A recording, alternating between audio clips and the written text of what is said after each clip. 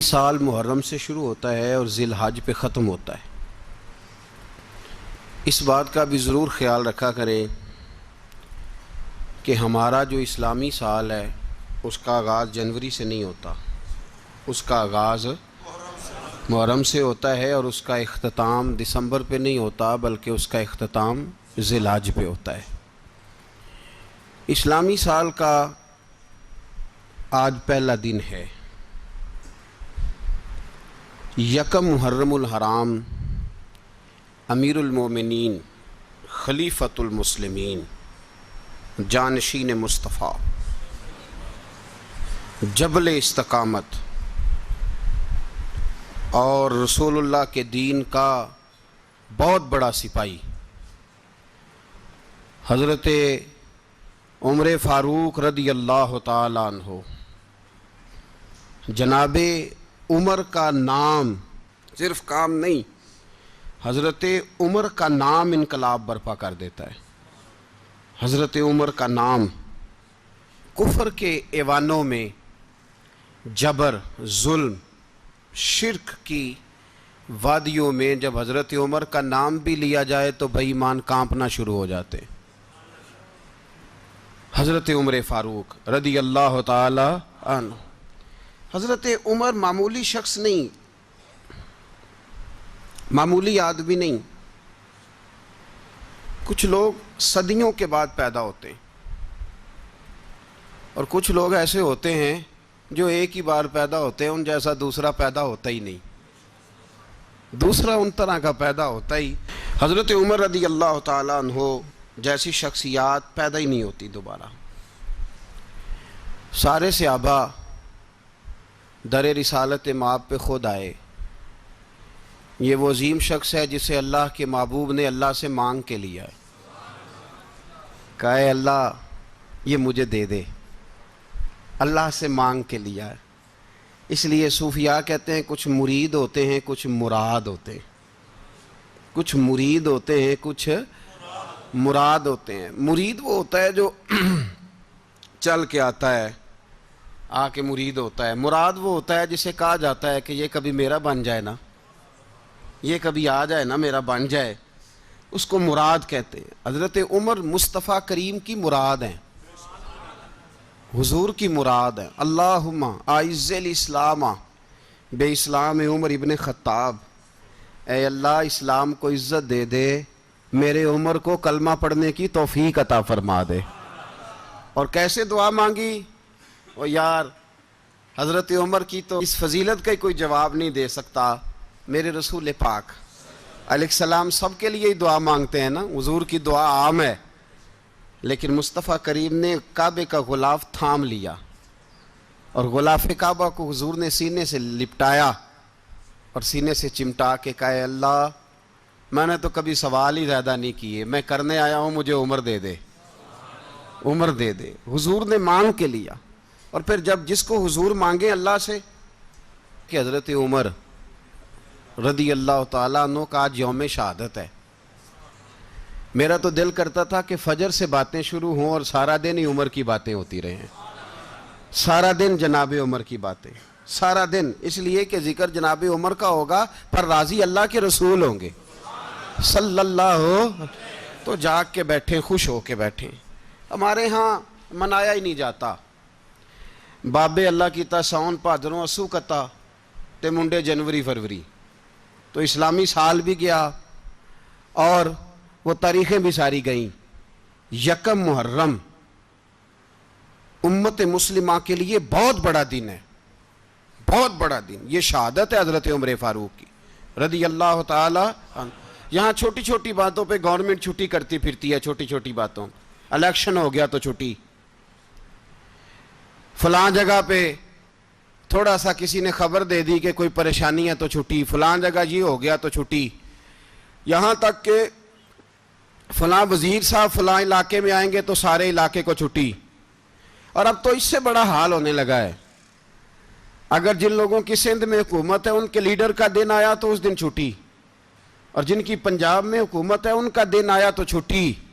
ہمارا مطالبہ ہے حکومت پاکستان سے، اگر سر اٹھا کے جینا چاہتے ہو تو یکم محرم کو چھٹی کیا کرو، اگر سر اٹھا کے جینا چاہتے ہو تو یکم محرم کو چھٹی کرو جناب عمر کے دن، اور ملت کے جوانوں کو بتاؤ کہ اگر عزت کی زندگی جینا چاہتے ہو تو اس طرح جیو جس طرح فاروق اعظم جی کے گئے ہیں۔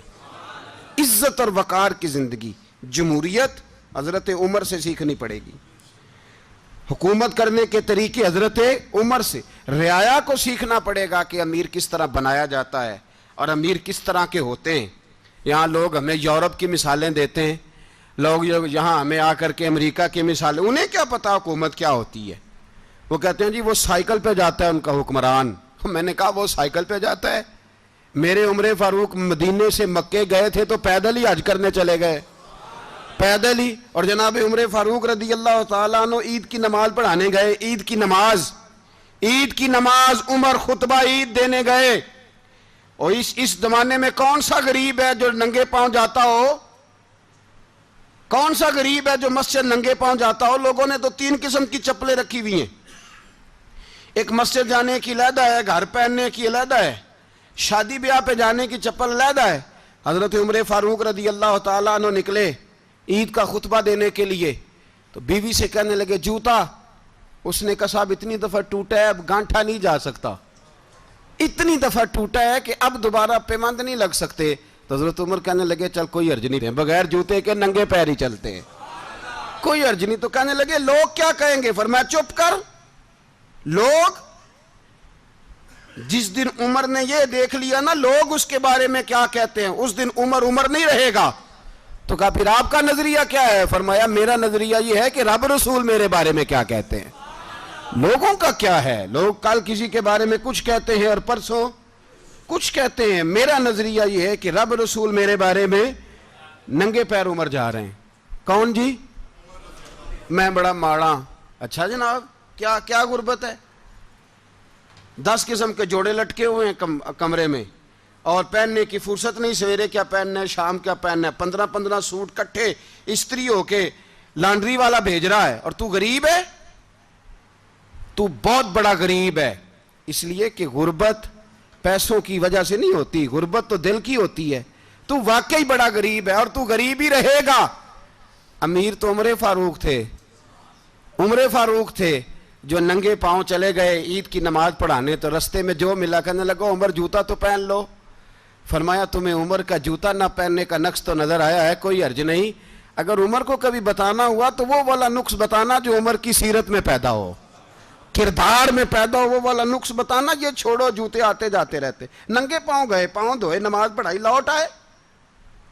او بھائی یہاں تو ہمارا بناؤ سنگار اترنا، جتنی توجہ کپڑوں کی طرف ہے اتنی توجہ کبھی ہماری علم کی طرف ہوتی نا، جتنا ذوق شوق ہمارا بناؤ سنگار کی جانب ہے، اتنا بناؤ سنگار کبھی ہمارا اخلاقیات کی جانب ہوتا تو معاملات بڑی حد تک سنورے ہوئے ہوتے۔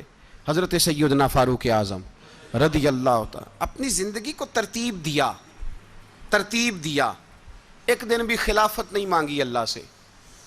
حضرت عوف بن مالک اشجعی ایک صحابی ہیں، حضرت عوف بن مالک رضی اللہ تعالیٰ عنہ فرماتے ہیں کہ جناب ابو بکر صدیق کا زمانہ تھا تو میں نے خواب دیکھا، میں نے خواب میں جناب عمر کو دیکھا، اور میں نے دیکھا کہ کوئی کہنے والا کہہ رہا ہے کہ عمر وہ ہے کہ اللہ کے رستے میں کوئی اسے جتنا مرضی برا بھلا کہے یہ پرواہ نہیں کرتا۔ کس کے رستے میں؟ بولے سارے۔ اس کا مطلب ہے اللہ کے رستے میں لوگ برا بھلا بھی، قرآن مجید نے کہا وَلَا يَخَافُونَ لَوْمَةَ لَائِمٍ، کچھ لوگ ایسے ہیں جو برا بھلا کہنے والوں کی پرواہ نہیں کرتے۔ آپ یقین کریں اگر پرواہ شروع ہو جائے نا تو دین کا کام ختم ہو جائے، نہ کوئی تقریر کرے، نہ کوئی تدریس کرے، نہ کوئی پیری مریدی کرے، ختم ہو جائے اگر باتوں کی پرواہ ہو۔ لیکن وہ پرواہ، حضرت عوف بن مالک اشجعی کہتے ہیں میں نے خواب میں دیکھا کہ عمر وہ ہے جو کسی کی پرواہ، اور دوسری بات میں نے یہ دیکھی کہ عمر خلیفہ بنے گا، اور تیسری بات میں نے خواب میں یہ دیکھی کہ عمر شہید بھی کیا جائے گا، عمر شہید بھی ہوگا۔ یہ میں نے 3 باتیں خواب میں دیکھی۔ فرماتے ہیں میں نے آ کے خواب حضرت ابو بکر صدیق کو سنائی، وہ خلیفہ تھے، وہ کہنے لگے ٹھہر جا میں عمر کو بلاتا ہوں، اس کے سامنے دوبارہ سنانا، اس کے سامنے۔ فرماتے ہیں میں نے بلایا حضرت عمر فاروق کو آ کے بیٹھے، خواب شروع ہوا کہ ایک بات تو میں نے یہ دیکھی کہ آپ ملامت کرنے والے کی پرواہ نہیں کرتے، دوسرا آپ خلیفہ بنے کہ جناب عمر کہنے لگے چپ کر، ابو بکر کے سامنے ہی کہہ رہا ہے، چپ کر، خلیفہ کے سامنے ہی کہہ رہا ہے۔ تو حضرت ابو بکر صدیق کہنے لگے عمر اسے کہنے دو، مجھے لگتا ہے رب کی رضا یہی ہے کہ میرے بعد اگر مصطفیٰ کا منبر ملے تو عمر کو ملے، اسے کہنے دو، کہنے دو۔ یار یہاں تو لوگ ڈینگے مارتے ہیں، یہاں تو لوگ دعوے کرتے ہیں میرے سامنے فلانے کو بھی بٹھاؤ، فلانے کو بھی بٹھاؤ، اس کو کیا پتا، اس کو کیا پتا، یہ تو بڑکے مارنے کا دور ہے۔ حضرت عمر رضی اللہ تعالیٰ عنہ کو تیسری بات کہی، حضرت عوف بن مالک نے کہا اب شہید کیے جائیں گے، میں نے خواب دیکھی ہے۔ نیک لوگوں کے خواب بڑی حد تک سچے ہوتے ہیں، کہا میں نے خواب دیکھی ہے۔ تو حضرت عمر کہنے لگے شہید تو دلیر لوگ ہوتے ہیں، شہید تو دلیر، جسے سارا زمانہ دلیر کہہ رہا ہے وہ اپنے بارے میں کیا کہہ رہے ہیں، کہتے ہیں شہید تو دلیر، میں تو کاہل سا آدمی ہوں، سست آدمی ہوں، میں تو اتنا کام ہی نہیں کرتا، تو یہ خواب تو نے جو دیکھا ہے نا پھر سے دیکھنا۔ تو ابو بکر صدیق فرمانے لگے عاجزی نہ کر، انکساری نہ کر، تو جو کہہ رہا ہے ٹھیک کہہ رہا ہے، لیکن مجھے سن کے شکر بھی ہوا ہے اور افسوس بھی ہوا ہے۔ افسوس اس بات کا کہ تیرے جیسا بطل عظیم چلا جائے گا، اور شکر اس بات کا کہ رب تجھے زندگی بھی اعزاز والی دے گا، اور شہادت کی موت دے کے اللہ تجھے موت بھی عزت والی عطا فرمائے گا۔ اللہ موت بھی تجھے عزت والی دے گا، تجھے کاہلوں جیسی موت اللہ۔ حضرت فاروق اعظم رضی اللہ، او بھائی یہاں تو اس زمانے کا سب سے بڑا مسئلہ پروٹوکول ہے۔ لوگوں کو پتہ ہوتا ہے کامل پیر ہے، کامل مرشد ہے، لوگ نہیں جاتے۔ میں کسی کا مرید ہو جاؤں، میرا پروٹوکول کدھر گیا؟ پتہ ہوتا ہے یہ کامل استاد ہے، میں اس کے پاس بیٹھوں گا تو میری تربیت کرے گا، لیکن لوگ شاگرد نہیں بنتے، میں کدھر گئی؟ یہ جو پروٹوکول کی مصیبت ہے نا، اس نے بڑے بڑے لوگ زیرو کر دیے، بڑے بڑے لوگ۔ اور یہ مت سمجھے کہ آپ کا وزیر اعظم پروٹوکول لیتا ہے یا آپ کا صدر پروٹوکول، وزراء، ایسی کوئی بات نہیں۔ ہم چھوٹے طبقے سے لے کر بڑے سارے پروٹوکول کے قائل ہیں۔ ہمارا تو داماد بھی کہتا ہے کہ مجھے پوچھا نہیں میں تمہارے گھر کیوں آؤں۔ ہمارا تو بھائی ہر شخص اعلان کرتا ہے پروٹوکول کا، فلانے نے عزت نہیں دی تو واپس آ جاؤ، فلانے نے سلوٹ نہیں کیا تو واپس آ جاؤ۔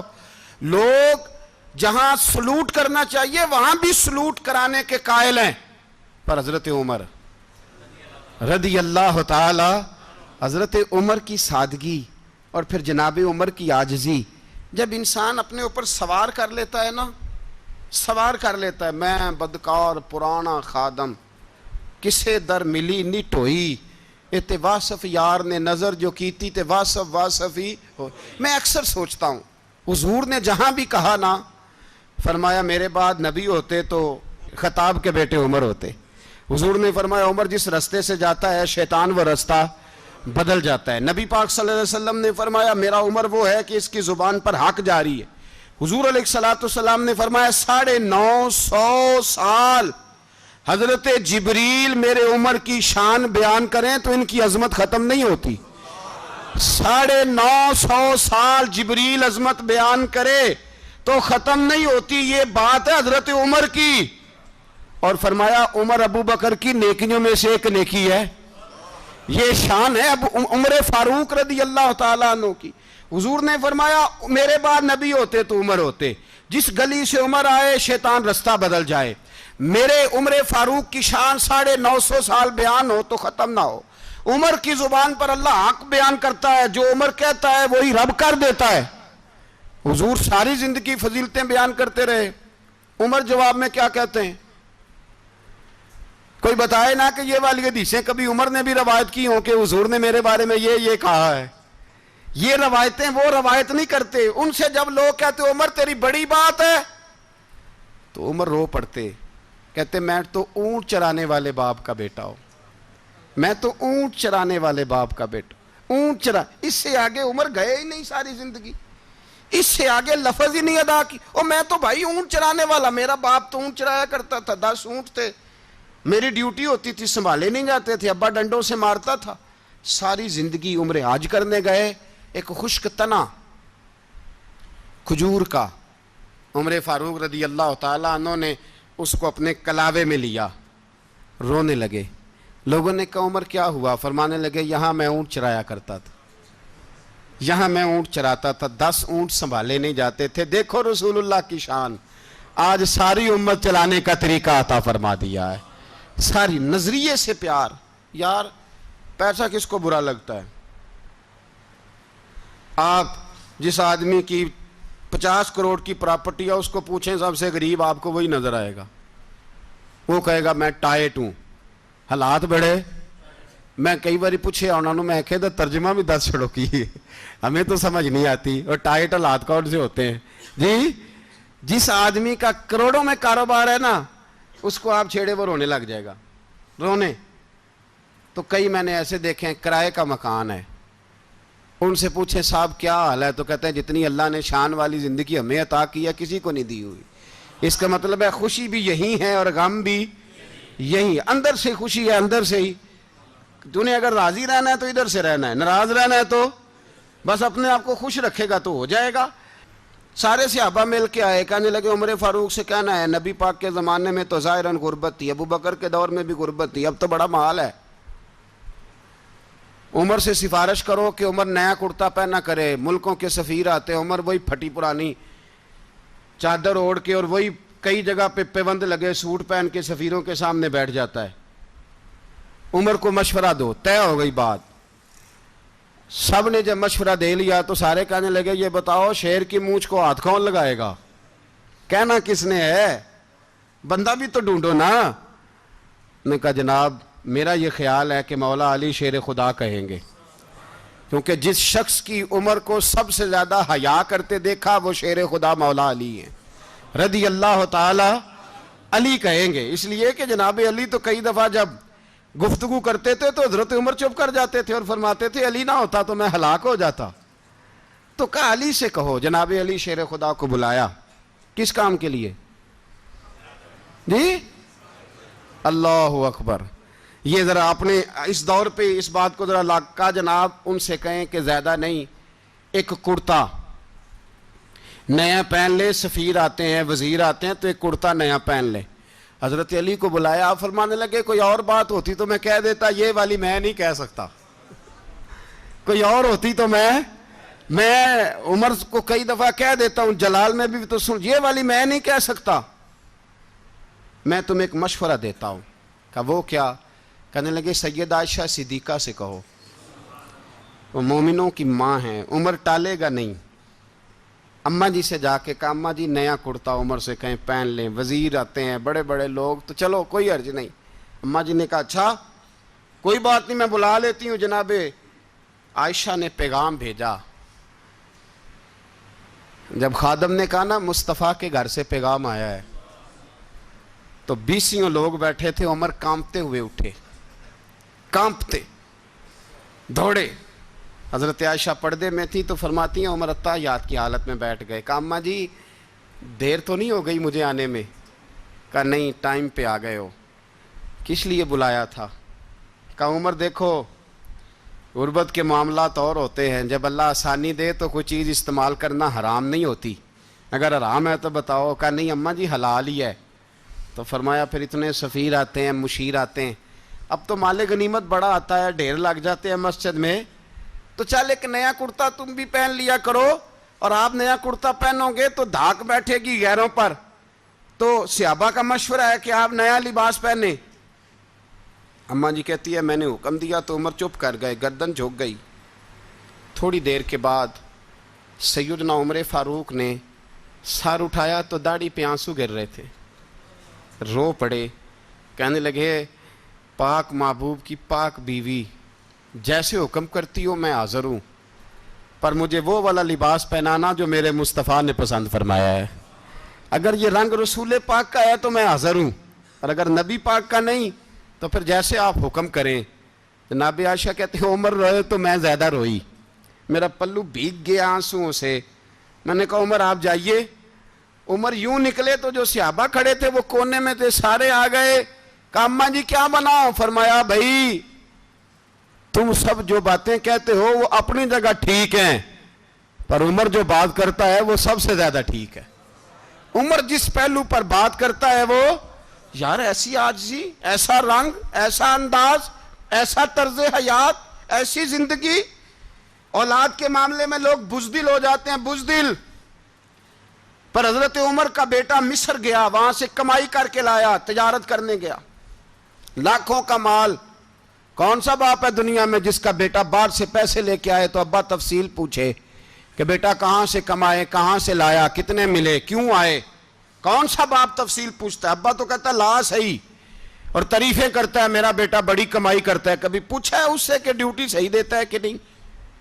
کبھی پوچھا ہے کہ تو ایمانداری کی روزی لاتا ہے کہ حرام کی کماتا ہے؟ یہ باپ کی ذمہ داری ہے، یہ اماں کی ذمہ داری ہے. پھر کہتا ہے بیماری کیسے آ گئی، پریشانی کیسے آ گئی؟ تو نے کبھی سوال کیا اپنی اولاد سے؟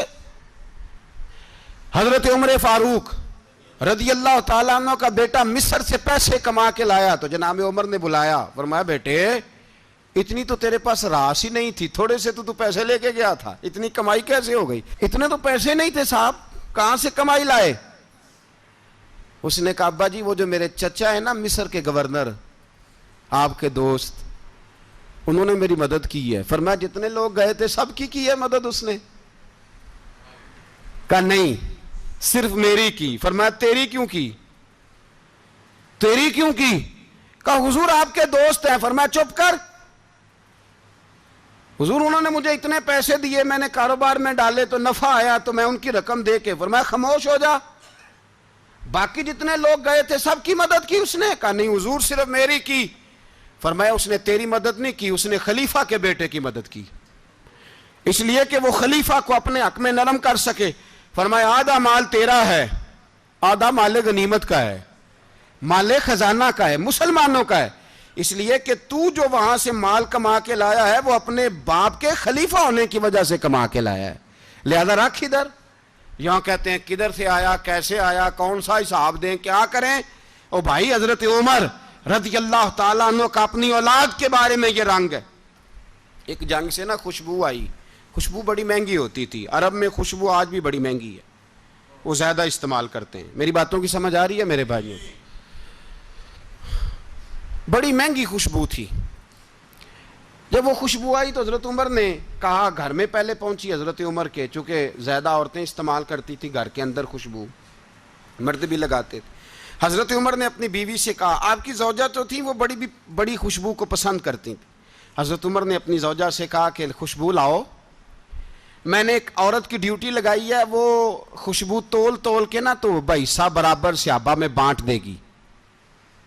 تو آپ کی زوجہ کہنے لگی کسی بی بی کی ڈیوٹی لگانے کی کیا ضرورت تھی، میں جو موجود تھی میں بانٹ دیتی ہوں تول کے حصہ برابر. آپ نے فرمایا نہیں تو رہنے دے، وہ فلانی بی بی بانٹے گی. کہا حضور میں نے بھی بانٹنی ہے، میرے پہ کچھ حق ہے؟ آپ نے فرمایا نہیں تو تفصیل نہ پوچھ، تو خوشبو دے دے، کوئی اور بانٹے گی. خاتون خانہ تھی نا، کہنے لگی نہیں مجھے بھی آج آپ کو بتانا ہی پڑے گا کہ کوئی جو بانٹ سکتی ہے تو میں کیوں نہیں بانٹ سکتی؟ زوجہ کہتی عمر نے بات کی تو میری چیخیں نکل گئیں. حضرت عمر فرمانے لگے جب تو خوشبو بانٹے گی نا تیرے ہاتھوں کو بھی لگے گی، تیرے دوپٹوں کو بھی لگ جائے گی. اگر رب کریم نے مجھ سے سوال پوچھا کہ عمر خوشبو تو مسلمانوں کی تھی، تیری بیوی کے دوپٹے کو کیوں لگ گئی، تو میں اللہ کے حضور کیا جواب دوں گا؟ اگر اللہ نے یہ سوال کیا کہ تیری بیوی نے کیوں لگائی، وہ تو حصہ تھا مسلمانوں کا، تو نے تیری بیوی نے کیوں لگائی؟ تو فرمایا میں نہیں چاہتا کہ اللہ کے حضور مجھے اور تجھے باز پرس ہو، لہذا کسی اور کو بانٹنے دے. زوجہ روئی اور تڑپ کے کہنے لگی عمر مجھے لگتا ہے صبح قیامت بھی تیری بیوی ہونے کی وجہ سے اللہ مجھے جنت عطا فرما دے گا، تیری زوجہ ہونے کی برکت سے. بھائی یہ معیار رکھا، خدا کی قسم ایسا شخص تاریخ میں دوبارہ نہیں آیا. اتنا بڑا آدمی، اتنا بڑا شخص، اتنا بڑا آدمی، اور پھر رنگ یہ ہے کہ عمر 22 لاکھ مربع میل کا حکمران، 22 لاکھ، اور کھجور کے درخت کے نیچے مٹی کا ڈھیلا لے کے سو گئے ہیں، پرواہ کوئی نہیں، کوئی مسئلہ ہی نہیں. 2 غلام ساتھ بیٹھے تو ایک روٹی حضرت عمر نے گھر سے منگوائی، تھوڑا سا سرکہ، تو غلام کہنے لگے ہم نے بھی کھانی ہے. فرمایا کوئی حرج نہیں، روٹی کو پیٹ بھر کے کھانا ضروری تو نہیں، 3 حصوں میں بانٹ لیتے ہیں. ایک آدمی آیا ہوا تھا مصر کا رہنے والا ملنے کے لیے. اس نے پوچھا عمر کدھر ہیں؟ تو کہا وہ ادھر جاؤ مسجد میں بیٹھے ہوں گے. اور واپس آیا تو کہنے لگا وہاں تو 3 غلام بیٹھے ہیں, ایک روٹی بانٹ بانٹ کے کھا رہے ہیں, لگتا ہے کئی دنوں سے روٹی نہیں ملی. کہا 3 غلام تو کوئی نہیں, وہاں 2 ہی تھے, تیسرے تو امیر المومنین تھے. اس نے کہا نہیں نہیں 3 غلام ہیں, کپڑے بھی ایک طرح کے پہنے ہوئے ہیں, بلکہ 2 کے تو پھر صحیح ہیں, تیسرے کے تو زیادہ ماڑے ہیں. کپڑے بھی ایک طرح کے, کھانا پینا بھی ایک طرح کا, اور ان کا نشست برخاست بھی ایک طرح کی ہے, لہذا کوئی فرق نہیں. حضرت ابو ہریرہ کہتے ہیں میں لے کے آیا, اور جناب عمر کو جب میں نے کچی زمین میں تامت سمیٹ بیٹھے دیکھا تو میں رو پڑا. میں نے اس مصر سے آنے والے کو کہا تو اس کے جلوے دیکھ, اگر اس کی ذات میں اتنا حسن ہے تو محمد عربی کا مقام کیا ہوگا. یہ مقام غور ہے, مقام غور. 10 محرم کو لوگ دیگے پکائیں گے نا, نہیں پکانی ہے؟ کوئی بول دے نہیں, ہاں نہ نہیں کر دے.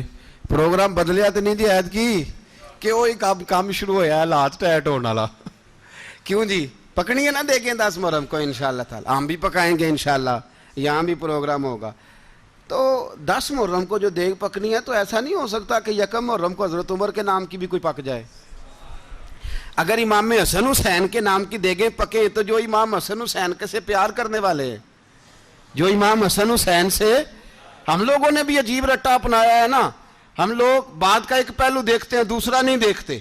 حضرت امام حسن اور حسین کو بھی نبی پاک نے شہید کہا, اور جناب عمر کو بھی رسول اللہ نے خود شہید فرمایا. فرمایا شہید ہے, خود فرمایا اپنی زبان سے کہ یہ شہید ہے, خود میرا عمر شہید ہے. تو ان کے نام کی دیگ نہیں پکنی چاہیے, اس طرف نہیں ہماری توجہ ہونی چاہیے.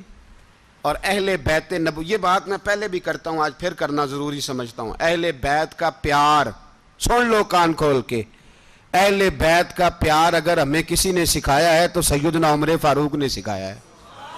اہل بیت نبوت کی محبت اگر کسی نے سکھائی ہے تو کس نے سکھائی ہے؟ بول کے بتائیے. حضرت عمر نے. اہل بیت کا پیار ہمیں حضرت عمر نے بول کر کے سکھایا ہے. بھائی یاد رکھیں, کسی کی طاقت نہیں تھی دم مارنے کی حضرت عمر کے سامنے, طاقت ہی نہیں تھی. کیسر و کسرا کانپ جاتے تھے, جرت ہی نہیں کرتے تھے حضرت. اور ہمارے تو تعلقات بڑے ہیں نا غیروں سے. حضرت ابو موسیٰ اشعری رضی اللہ تعالیٰ عنہ فرماتے ہیں میرا منشی عیسائی تھا. وہ کاتب کہتے تھے وہ لوگ, میرا حساب کتاب عیسائی تھا. تو فرماتے ہیں ایک دن میں نے وہ سارا حساب کتاب لین دین کے حضرت عمر کو دکھائے تو فرمانے لگے جس نے لکھے ہیں اس کو بلاؤ. کہنے لگے حضور مسجد نہیں آ سکتا. کیوں نہیں آ سکتا؟ کہنے لگے وہ عیسائی ہے. کہتے ہیں حضرت عمر جلال میں آ گئے. آپ فرمانے لگے جنہیں رب دور کرتا ہے تم کیوں قریب کرتے ہو؟ جنہیں اللہ دور کرتا ہے. فرمایا تم غیروں کو اگر عہدے دو گے تو اپنوں کا کیا بنے گا؟ اگر تم غیروں کو عہدے دو گے تو اپنوں کا. یہ سوچ ہے جو آج برما کے مسلمانوں کے لیے بھی ضروری ہے. کہا اگر تم غیروں کو عہدے دو گے تو اپنوں کا. ہم نے غیروں کو عہدے دیے تو دیکھا نا اپنے کس طرح کاٹے جا رہے ہیں. غیروں کو جو عہدے دے دیے یارانے سارے غیروں سے. روز دعویٰ ہوتا ہے چین ہمارا سجن ہے, چین ہمارا دوست ہے. او بھائی دوست ہے تو اس سے کہو نا کہ برما تو تمہاری ایک چھوٹی سی ریاست ہے, چین کے بغیر تو وہ سانس بھی نہیں لے سکتا. اس کو کہو نا اس حکومت پہ دباؤ ڈالے. لیکن ہم لوگوں نے غیروں کو عہدے دیے تو اپنے پس گئے. حضرت عمر کہتے تھے ذمی کا ہم ادب کریں گے. ذمی کافر کا ہم, ایسا کافر جو مسلمان ریاست کو قبول کرے, بدامنی نہ پھیلائے. ایک آدمی کو آپ نے دیکھا آنکھوں سے نابینا ہے اور بھیک مانگ رہا ہے, تو حضرت عمر کو نظر آ گیا. فرمایا کون ہو؟ اس نے کہا میں یہودی ہوں. فرمایا بھیک کیوں مانگتے ہو؟ کہا جب تک تندرست تھا مسلمانوں کو جزیہ دیتا تھا, بوڑھا ہو گیا ہوں کیا کروں. حضرت عمر نے گھوڑے کی پشت پہ بٹھایا کافر کو, گھوڑے کی پشت پہ بٹھایا اور بٹھا کے مدینے لائے. حضرت علی شیر خدا وزیر خزانہ تھے. فرمایا علی اس کا وظیفہ جاری کرو. کہا یہ کون ہے؟ فرمایا یہ یہودی ہے لیکن یہ ہمیں جزیہ دیتا رہا, بوڑھا ہو گیا بیچارہ, بھیک مانگنے پہ مجبور ہے, ہماری حکومت کے اندر رہتا ہے, اس کا پورا وظیفہ جتنا خرچہ اتنا وظیفہ لگاؤ. حضرت علی کہتے ہیں میں وظیفہ لگا رہا تھا اور وہ میرے نبی کا کلمہ پڑھ رہا تھا, وہ رسول اللہ کا کلمہ پڑھ رہا تھا. یہ مزاج, یہ نہیں کہ کافر. حضرت عمر نے گورنروں کو خط لکھے تھے کہ زبردستی کسی کو مسلمان نہیں کرنا, جہاں ان کی عبادت گاہیں بنی ہو گرانی نہیں, کوئی مندر کوئی گرجا ضائع نہیں کرنا. اسلام سب کو جینے کا موقع دیتا ہے, پر بے ایمانو ظالموں بدذاتوں تمہیں یہ کہتا ہے کہ ہم تمہیں جینے کا موقع دیتے, تم بھی مسلمانوں کو جینے کا موقع دو. یہ جہاں بستے ہیں جہاں رہتے ہیں انہیں وہاں جینے کا موقع دو, انہیں بھی اللہ اکبر کہنے کا موقع دو, انہیں بھی قرآن پڑھنے کا موقع دو, انہیں بھی رسول اللہ پر درود پڑھنے کا موقع دو. ہمارے ملک میں عیسائی اپنی مرضی سے کھلے عام تبلیغ کرتے ہیں. یہاں تو چینل چلائے ہیں عیسائیوں نے. کسی مذہبی جماعت نے کبھی جلوس نکالا ہے کہ عیسائیوں کا چینل بند کرو؟ بولے نکلا ہے کہ نہیں نکلا؟ کتنے ظلم کی بات ہے. ہم جب غیر کو اتنا تحفظ دیتے ہیں, اتنا تحفظ دیتے ہیں.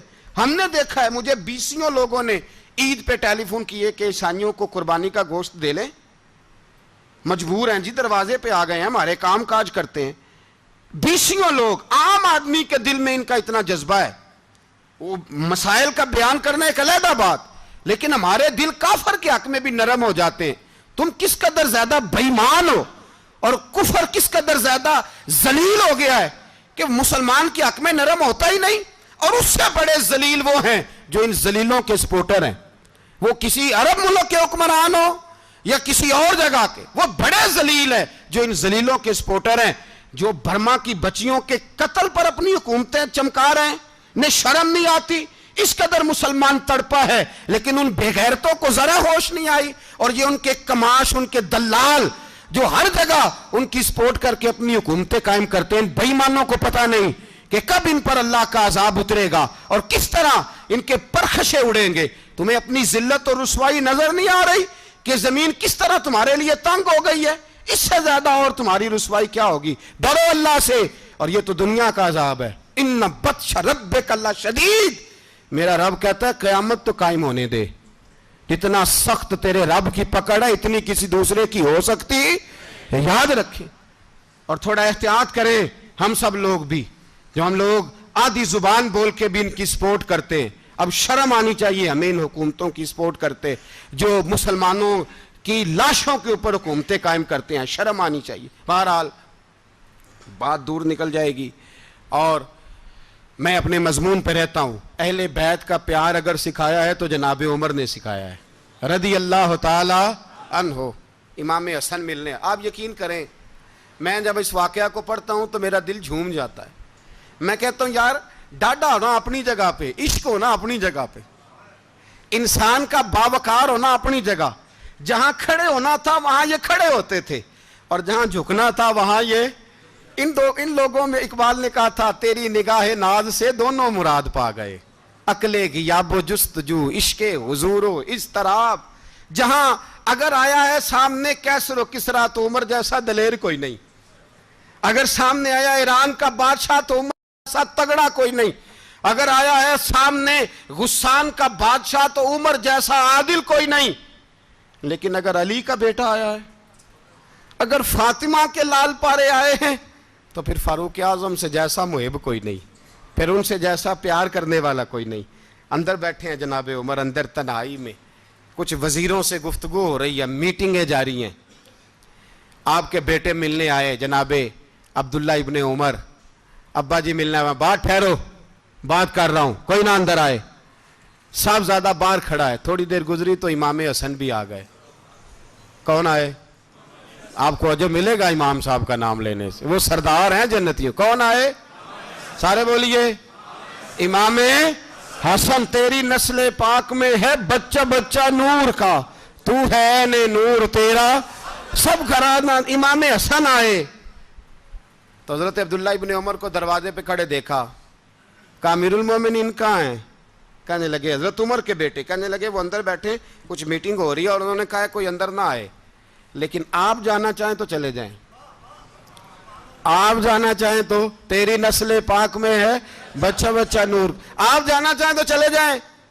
تو انہوں نے کہا جب آپ باہر کھڑے ہیں تو مجھے کوئی اتنا ضروری کام نہیں, اور ابھی زور کی نماز تھوڑی دیر میں ہوگی, میں مسجد میں مل لوں گا امیر المومنین سے. یہ بات کہہ کے امام حسن چلے گئے. یار اتنی بڑی بات نہیں تھی, اتنی بڑی بات نہیں تھی. وہ میرے استادوں کا بیٹا بھی آئے تو کہا ٹھیک ہے جی وہ سوئے ہوئے ہیں, کوئی غرض نہیں یار میں ٹھہر کے آ جاؤں گا. کوئی بڑی بات نہیں تھی, دیکھا جائے تو بڑی بات نہیں تھی, پر بات بہت بڑی تھی اس لیے کہ یہ خالی حسن نہیں, یہ حسن ابن علی ہیں. یہ حضرت فاطمہ کے لخت جگر. حضرت عمر باہر نکلے, عبداللہ ابن عمر سے پوچھا کوئی آیا تو نہیں؟ تو کہا حضور امام حسن آئے تھے. تو کہا پھر شہزادے کو اندر کیوں نہیں بھیجا؟ کہا میں نے کہا تھا. وہ کہنے لگے اگر امیر المومنین مصروف ہیں تو میں ظہر میں مل لوں گا. حضرت عمر رونے لگے, فرمایا بیٹے تو نے اچھا نہیں کیا. پھر مسجد نہیں گئے, سیدھے امام حسن کے دروازے دستک دی. امام حسن باہر آئے, کہا شہزادے آئے تھے تو ملے کیوں نہیں؟ تو امام حسن کہنے لگے حضور آپ کا اپنا بیٹا دروازے پہ کھڑا تھا, آپ کا اپنا بیٹا دروازے پہ کھڑا تھا, اور منع بھی کیا تھا آپ نے تو میں زور میں مل لیتا. حضرت امام حسن فرماتے ہیں جوش جذبات میں جناب عمر نے سر سے پگڑی اتار دی, جوش جذبات میں. کہنے لگے حسن میرے بیٹے کا اور آپ کا کیا مقابلہ؟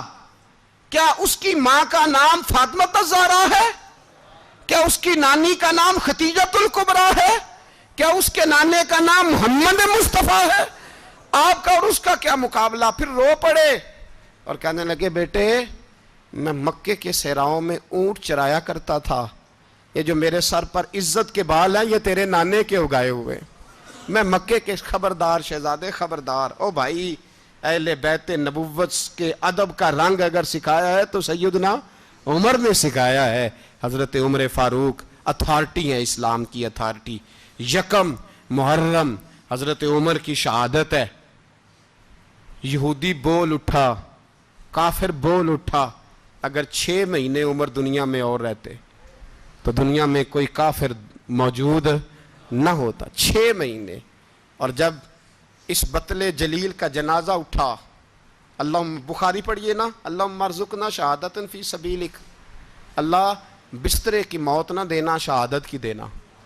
عمر شہید ہوئے, مسجد نبوی میں نماز پڑھاتے, اور جب جنازہ اٹھا تو مدینے کا پھر پیچھے جو دلیر بچے وہ مولا علی تھے. مولا علی, جناب عمر کا جنازہ اٹھا تو سب سے پہلی ہائے جو نکلی وہ حضرت علی کی زبان سے نکلی, اور حضرت علی کی ساری داڑھی آنسوؤں سے بھر گئی. لوگوں نے کہا کہ علی کیا ہوا؟ فرمانے لگے تم دیکھ نہیں رہے جنازہ کس کا اٹھا ہے, پلٹ کے دیکھو تو صحیح, تم پتہ نہیں یہ کون گیا ہے. کہ حضور کیا ہوا؟ آپ فرمانے لگے عمر اس طرح کے کام کر کے گیا ہے, اب ان کے رستوں پہ کون چلے گا؟ کون اس کے جگر راہ وفا میں؟ میں نقش ایسے چھوڑ آیا ہوں, میں جس منزل سے گزرا ہوں وہ اب تک یاد کرتی ہے. حضرت علی حضرت عمر کے جنازے پہ کھڑے ہو کے کہتے ہیں اللہ مجھے اس طرح کے عمل کرنے کی توفیق دے جس طرح کے عمر کر کے گیا. میرے بھائی بطل عزیز, بطل حریت حضرت عمر رضی اللہ تعالیٰ عنہ, جو اپنی زندگی انقلاب والی گزار کے گئے. عمر جب دنیا سے گئے تو 80 دینار کا قرضہ تھا, 22 لاکھ مربع میل کا حکمران. اور اپنے بیٹے سے کہنے لگے بیٹے کوشش کرنا تیرے خاندان والے مل کے میرا قرضہ اتار دے, میری قبر پہ بوجھ نہ رہے, اور اگر خاندان والے مدد نہ کریں تو میرے دوستوں سے بات کرنا, وہ مدد نہ کریں تو پھر علی سے بات کرنا. ان کا پیار آپس میں اتنا, اور تو اختلاف ثابت کر رہا ہے. 80 دینار کا قرضہ چھوڑ کر حضرت عمر دنیا سے گئے, اور جاتی دفعہ کہہ گئے میرے بعد میرے بچوں کو حکومت کے مشورے میں بھی شامل نہ کرنا, حکومت کے مشورے میں بھی میری اولاد شامل نہ ہو. اتنا بڑا شخص اتنا بڑا رنگ دے کے. یکم محرم کو جب عمر فاروق کا وصال ہوا تو بیٹے سے کہنے لگے اماں عائشہ سے جا کے کہو میرا بھی نبی پاک کے روزے میں دفن ہونے کو دل کرتا ہے. ایک قبر کی جگہ ہے اماں جی نے اپنے لیے رکھی ہے, بخاری ہے بخاری. حضرت عائشہ کے پاس صاحبزادے گئے, کہنے لگے اماں جی عمر کو زخم لگ گیا ہے, حالت بڑی پریشانی والی ہے. وہ کہتے ہیں اگر اماں اجازت دیں. سید عائشہ رو پڑی, فرمانے لگی کہ وہ اپنی قبر کی جگہ تو نہیں نہ کسی کو دیتا, پر عمر نے کمال ہی بڑا کیا. اسے کہو جاؤ گنبد خضرا میں قیامت تک جو مصطفیٰ پہ اور ابو بکر پہ سلام پڑھے گا وہ تجھ پہ بھی سلام پڑھ کے جائے گا, جاؤ میں نے جگہ دی. اعلیٰ حضرت فاضل بریلوی رحمۃ اللہ علیہ فرماتے ہیں وہ عمر جس کے آدھا پہ شیدہ شکر, اس خدا دوست حضرت پہ لاکھوں سلام, اس خدا دوست حضرت پہ. آپ یقین کریں منبر پہ بیٹھا ہوں، حضرت عمر کا جب نام لیتا ہوں تو میرے وجود کے رونگٹے کھڑے ہو جاتے ہیں۔ حضرت عمر کی زندگی جب پڑھتا ہوں تو لگتا ہے خدایا ایسے شخص بھی دنیا میں آئے۔ میرے دوست وہ لوگ غافل نہیں تھے ایک منٹ کے لیے بھی، غفلت نہیں طاری ہوتی تھی۔